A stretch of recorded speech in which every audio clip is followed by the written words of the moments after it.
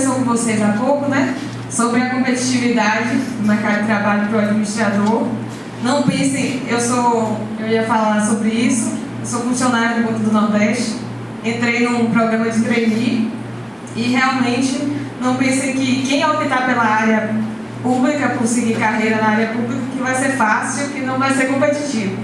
Hoje eu falei com a Anja mais cedo e eu disse, eu estou aguardando aqui para fazer uma entrevista.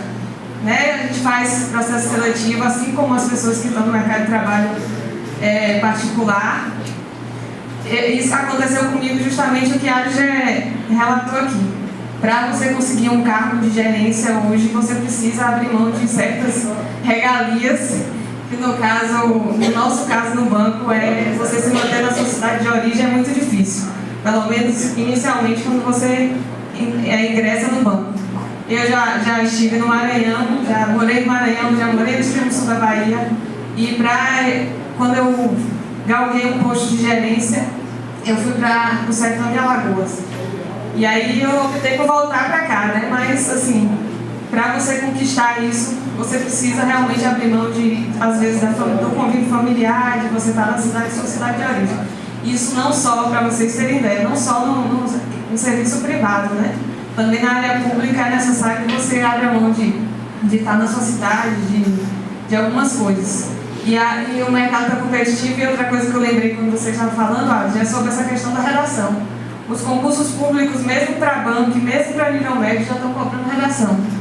Porque a gente vê que eu mesmo dei posse a algumas pessoas no banco e que a pessoa não conseguia realmente ter uma escrita razoável. Né? Então, os bancos perceberam isso e começaram a colocar também redação nos seus concursos públicos.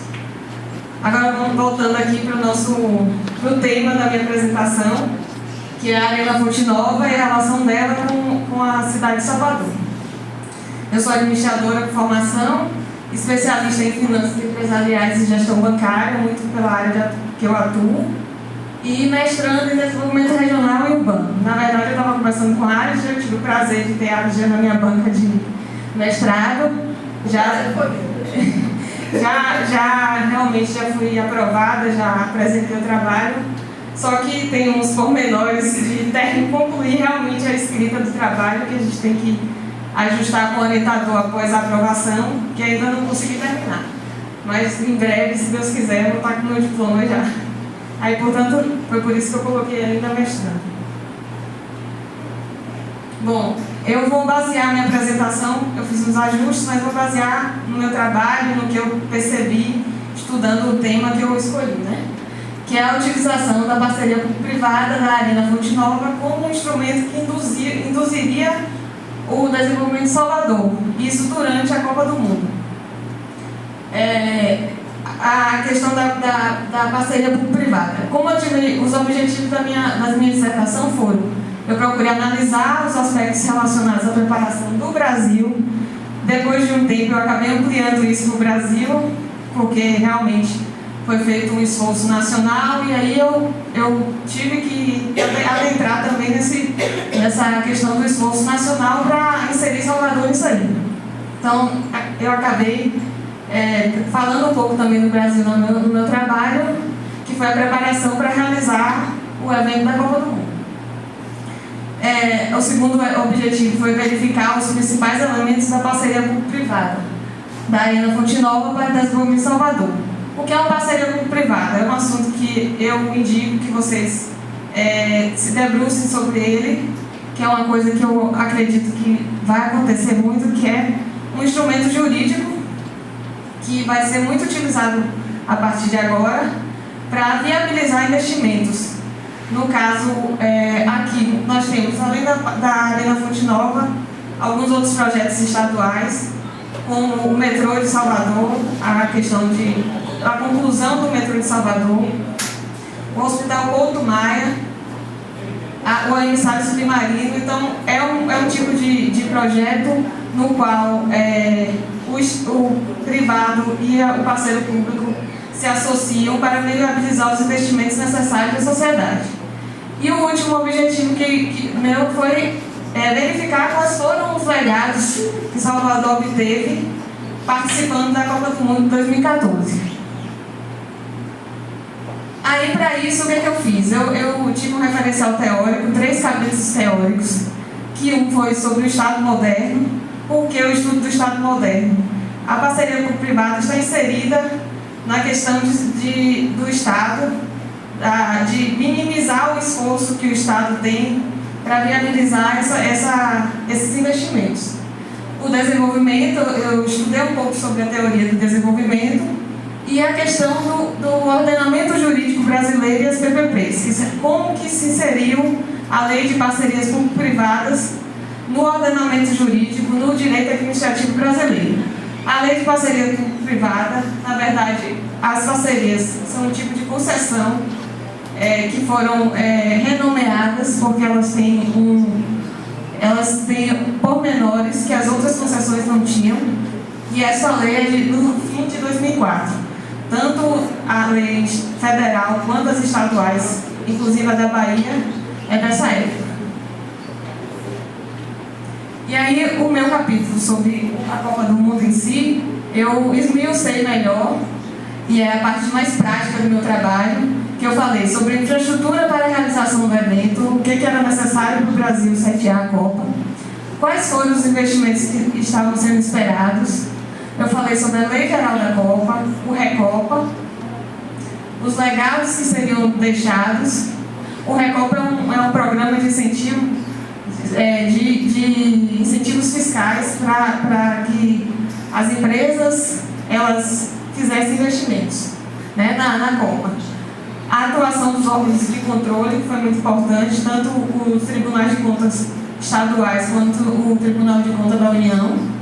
E eu falei também, mais especificamente, como eu disse, sobre Salvador e a Copa de 2014. Quais seriam os pontos positivos e negativos da cidade, tendo foco na realização da Copa.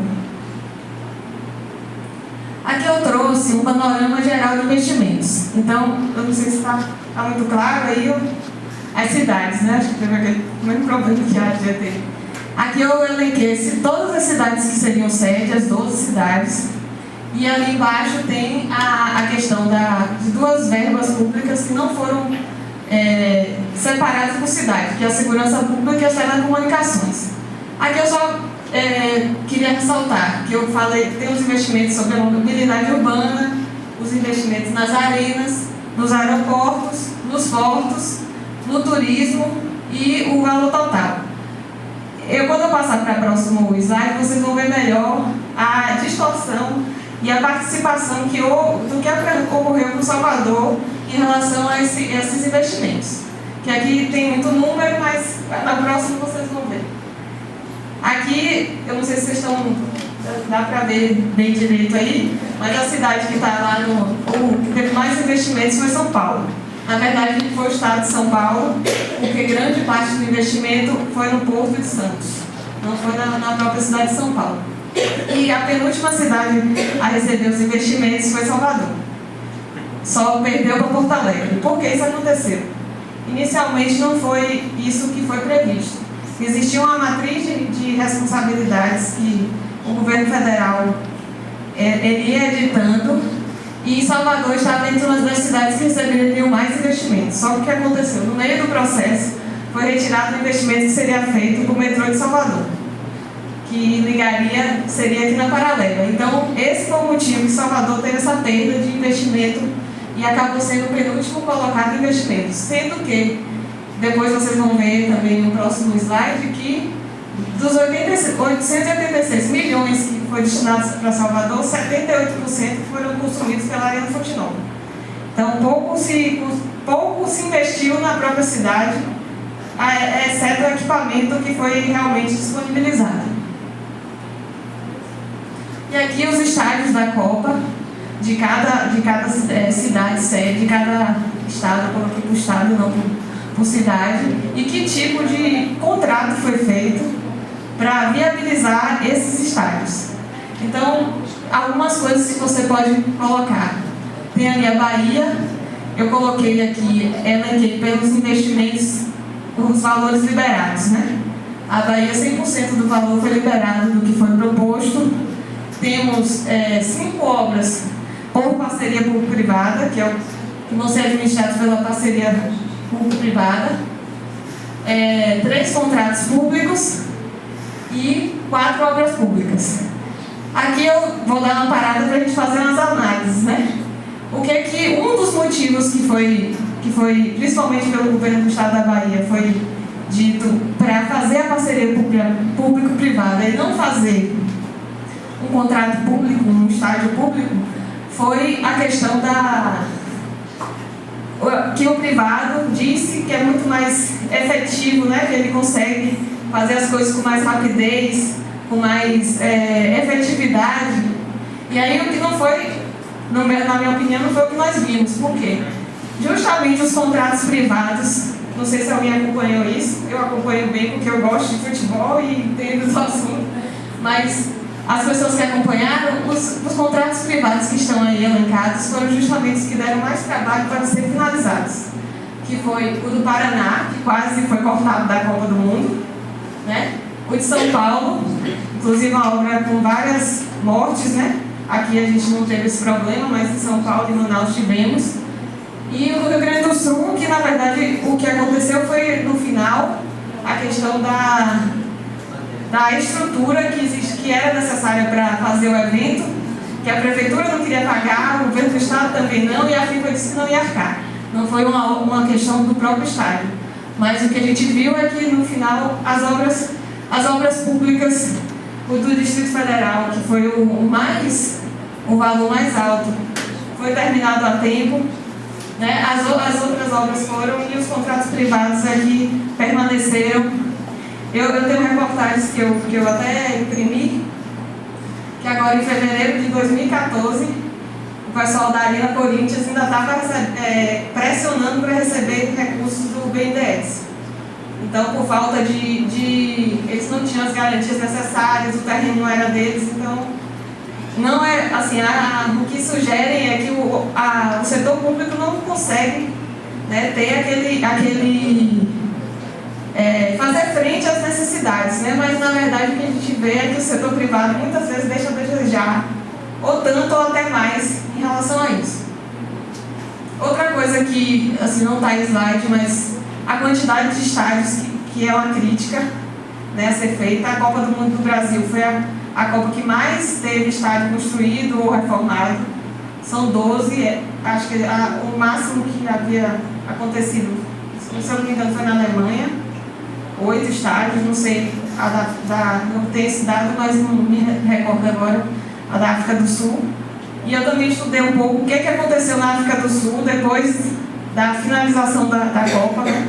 Tudo voltou a ser como era antes e os estádios ficaram como elefantes brancos, que eu acho que é o que vai acontecer aqui no Brasil com alguns, porque foram construídos em locais que não tem um futebol forte, não tem times que realmente enchem os estádios.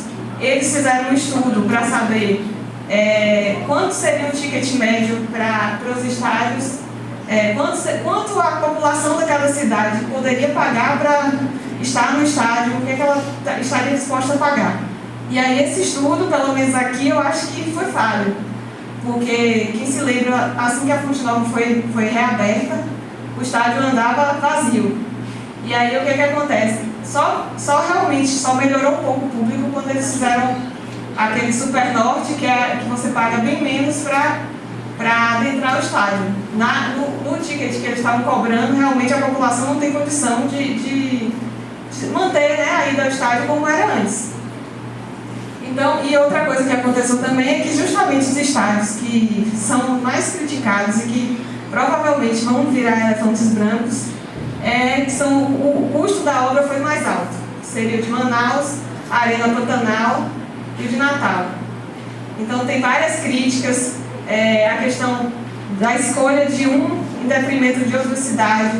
Por exemplo, Manaus, eles não tem o público de futebol de Manaus é pequeno. O estádio poderia ter sido, já que eles queriam colocar uma arena na Amazônia, em Belém, que tem um público grande, o Remo enche estádio, os times de lá enchem. E aí eles disseram, não, a gente vai fazer para ser o bombódromo. Só que isso já existe, essa estrutura lá. E até uma coisa que aconteceu também na África do Sul, até um estádio muito bonito que eles fizeram, eles pensaram em demolir o estádio porque não estavam conseguindo arcar com os custos da manutenção do estádio. E aqui já está meio acontecendo isso, já estava antes da Copa, se cogitando o que eles iam fazer com o estádio lá de Manaus. E um dos deputados lá sugeriu que se transformasse na cadeia. Então, assim, eles não têm muito, né? O público do local. Tem a questão de Natal também. A arena é muito bonita, mas eles não têm um público para manter o estádio, né? Aqui, o estádio daqui é uma arena multiuso, então eles estão tentando trazer shows, outros tipos de eventos para manter o estádio. Mas, assim, não vai ser a mesma coisa em outros locais, né? De pouca tradição. Então, aqui eu fiz um breve histórico, né? Vou passar que desde 2007 que o Brasil foi escolhido para ser sede da Copa. E Salvador era uma das candidatas, né? Por sua topografia, pela questão histórica mesmo. Ela foi uma das candidatas e tem uma série de coisas que contaram, né, para a decisão da escolha da cidade. Aqui eu trago, né, que é um dos principais centros econômicos do Nordeste, a terceira cidade mais populosa do Brasil. Aí trago a população de 2013 e o PIB per capita e o IDH de 2010. E o que o governo do estado pensou, né? Que seria uma oportunidade para trazer investimentos federais e privados e dar a visibilidade turística e melhorar as condições de infraestrutura urbana e de transporte da capital baiana. Então, outros aspectos que o governo do estado apontou para colocar Salvador como uma das candidatas a sediar o evento, né? Gerar empregos, capacitar profissionalmente os soteropolitanos e atrair outros eventos internacionais. Aí o que aconteceu? Em maio de 2009, a FIFA confirmou que Salvador seria uma das sedes, né, da Copa de 2014, condicionada, é claro, a ter um estádio que comportasse o evento aqui. E aí o governo do estado decidiu utilizar a Fonte Nova para sediar os jogos. E nessa história houve todo um processo, né, a gente lembra que alguns eram contra a demolir o estádio antigo, teve uma série de fatores aí.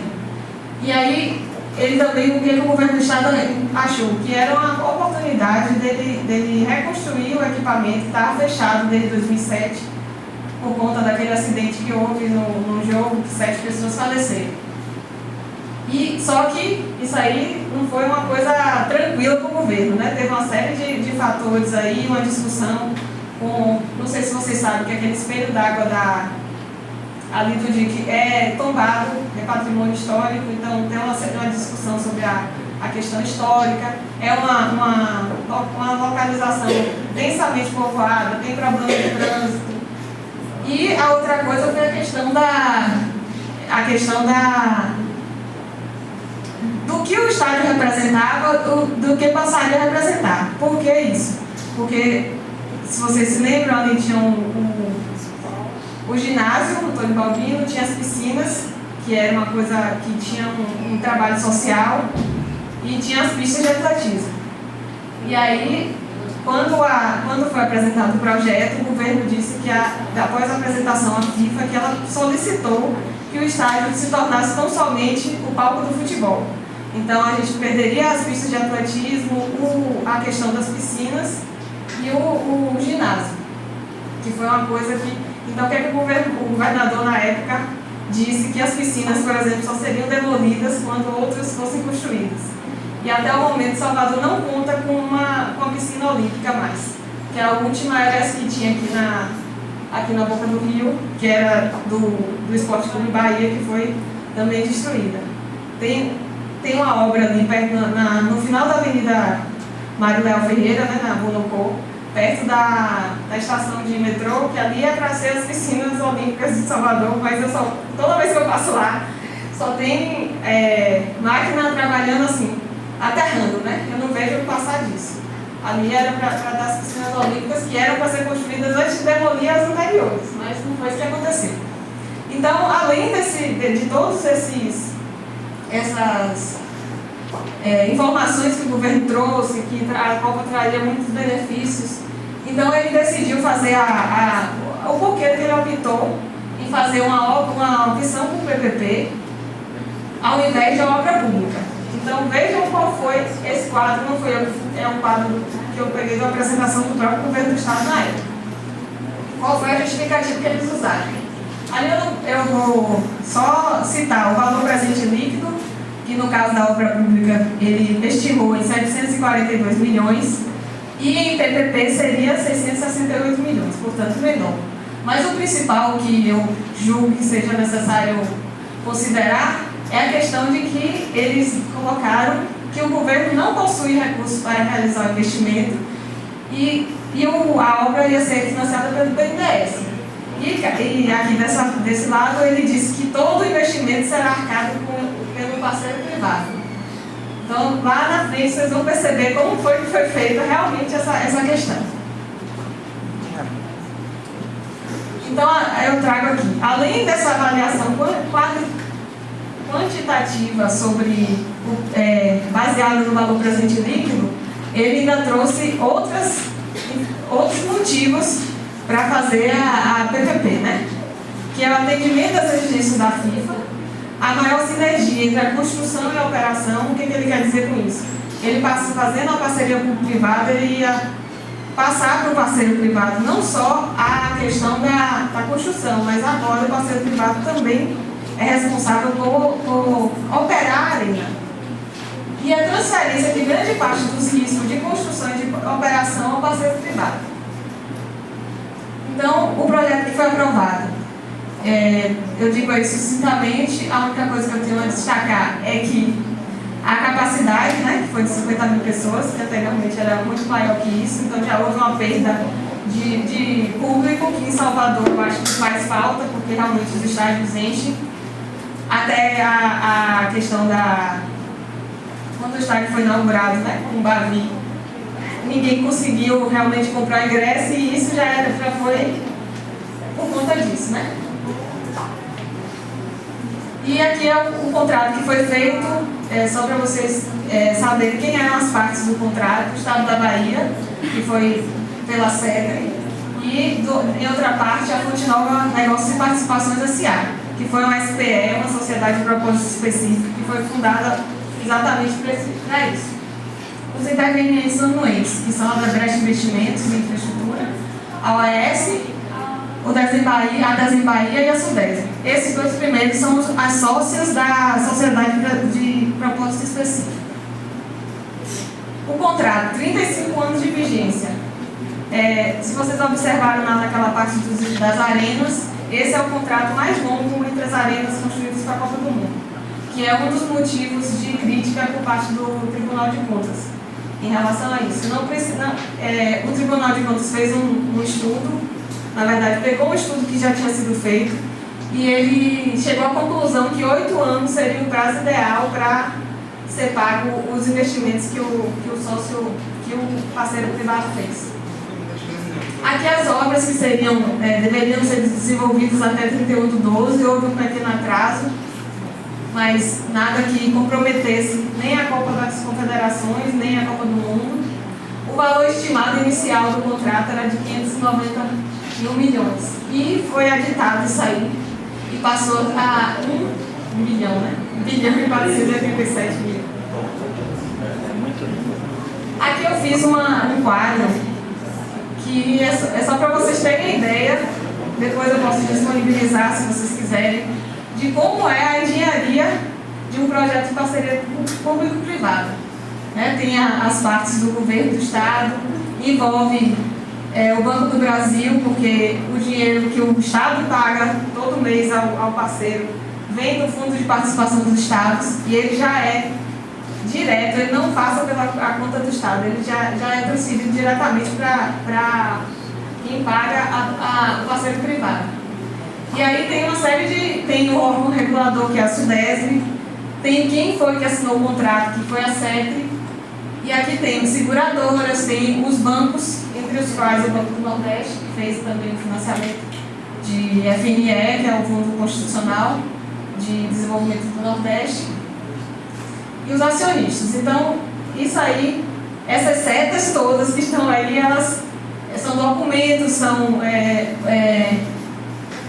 coisas que o parceiro tem que comprovar que fez para poder receber o valor. Agora, cabe citar que, mesmo não tendo nenhum jogo, o parceiro privado faz jus à contrapartida que o governo paga. Né? Isso, e a estruturação financeira, que eu falo um pouco aqui, eu vou passar para a parte, que esse outro quadro que eu fiz, que eu acho mais lúdico para vocês compreenderem. Na verdade, existiu um fundo de investimento, uma linha de crédito que o governo federal criou somente para a Copa do Mundo. E aí quem repassa essa linha de crédito é o BNDES. Né? E aí lembra que eu disse que o governo do estado não tinha dinheiro e ele não podia se endividar. Né? Aí o que aconteceu ali? Na verdade, o repasse do valor não foi direto para a SPE, né? Foi para o governo do estado da Bahia, que se endividou perante o BNDES, aportou o valor no Fundese, que é no Desem Bahia, e a Desem Bahia é que fez a operação financeira para repassar o valor para o parceiro privado. Ou seja, a história de que o governo não tinha dinheiro, não poderia aportar os recursos, ele acabou fazendo ali uma operação financeira para conseguir fazer a obra, né? Pouco foi feito, tem um empréstimo, mas que a parceira privada teve no Banco do Nordeste, mas é um valor bem menor e é de recursos públicos subsidiados também, que é do Fundo Constitucional de Desenvolvimento do Nordeste, que vem do imposto de renda de todos nós. Né? Tem um fundo para o Nordeste, tem um fundo para a Amazônia e tem um para o Centro-Oeste. Essas três regiões são subsidiadas por fundos constitucionais. E foi esse valor também que foi pego para concluir a obra da Arena Fonte Nova. O aporte dos acionistas está aqui, 78 milhões. Vocês viram o valor que estava lá, o valor total, né, da construção da arena. Aqui eu trouxe qual é o impacto da parceria público-privada da Arena Fonte Nova no limite de despesas, né, que o Estado tem. O Estado da Bahia, como isso é a lei de responsabilidade fiscal, ela impõe que os estados tenham até 5% da sua receita corrente líquida estimada. Ele tem que fazer esse cálculo. Por isso ali que eu coloquei até 2022, ele pode usar até 5% nessas parcerias público-privadas. No caso da Arena, está bem abaixo, né, até abaixo de 0,5%, mas lembre que o governo do estado ainda tem o metrô, ainda tem o ensaio do Arena, outras parcerias que ele está aportando, né? Tem o Hospital do Subúrbio, também é parceria público-privada. Então aqui é só o impacto da Arena. Aqui eu trouxe um quadro de resumos, de resultados, algumas coisas que foram ditas que seriam melhoradas na nossa qualidade de vida, né, da população, o que aconteceu, o que era previsto, o que aconteceu. Você, assim, vou falar rapidamente. Na qualidade de vida, que eu acho que uma coisa que poderia impactar muito seria a questão da construção do metrô, né? Que foi o que aconteceu, foi que lá no meio do processo foi retirado da matriz de responsabilidades. Então, acho que isso realmente impactaria na qualidade de vida. Teve outra coisa que aconteceu também, foi a questão do aeroporto, que eram previstas obras que eram duas de reforma, né, do terminal, e acabou que a segunda etapa foi suspensa porque não ia dar tempo de terminar para a Copa e os transtornos que estavam causando eram muito grandes. Tem uma questão também, para quem eu que trabalho no comércio, vejo todo dia isso, o Porto de Salvador, que estava previsto obras no Porto, que acabou não sendo concluído. era para ter sido concluída em abril de 2013, que é quando o Porto de Salvador completaria 100 anos. Até hoje a obra está lá sem conclusão. Então essas coisas que eu acho que realmente trariam